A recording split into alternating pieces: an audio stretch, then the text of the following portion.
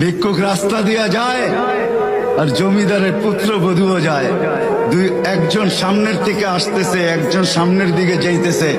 দুইজনের ক্রসিং এর সময় ভিক্ষুকের গায়ের কাদা জমিদারের পুত্রবধূর গায়ে লেগে গেছে। সে দুনিয়া আন্দার করে ফেলছে, স্বামীকে টাইকা নিয়ে আসছে, বলছে ভিক্ষুক আমার কাপড় নষ্ট করে দিছে।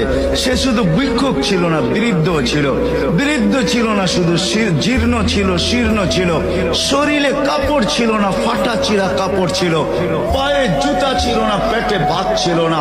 জমিদারের পুত্র সইতে পারে নাই, যৌবনী শক্তি সয় তো সয় কি কইরা তার স্ত্রীর গায়ে ভিক্ষুকের কাদা, বস সমগ্র শক্তিকে হাতে জমা করা একত্র করা বৃদ্ধের গালে বসায়। বৃদ্ধ কিচ্ছু বলে নাই, শুধু উপরের দিকে তাকায় দুই তিনটা শব্দ উচ্চারণ করছেন। শব্দগুলা হলো ইয়া মাল্লাহ, তারা হলো ওয়ুন, ও আল্লাহ চোখে দেখা যায় না, ও তারা কুল্লা শাই, তুই সব দেখিস, ফারা তারা মা বি, তুই কি দেখিস না আমার সাথে কি ঘটতেছে, এটা কি দেখিস না? বলতে দেরি যুবক, মরতে দেরি হয় না।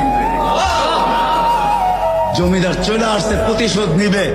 বৃদ্ধের একদিকে মুস্কি হাসি, একদিকে বলতেছে প্রেমের খেলা এমনই হয়। জিজ্ঞাসা করছে কিসের প্রেমের খেলা রে? বলছে ওর প্রেমিকার গায়ে আমার কাদা লাগছে, পায়ের কাদা লাগছে, ও সইতে পারে নাই, যৌবনী শক্তি দিয়ে আমার বৃদ্ধ গালে বসায় দিছে। আমাকেও একজন ভালোবাসে, সেও সইতে পারে না, সেও সইতে পারে না। ও তো থাপ্পড় দিয়া খেলতো, সে জান নিয়ে নিছে, জান।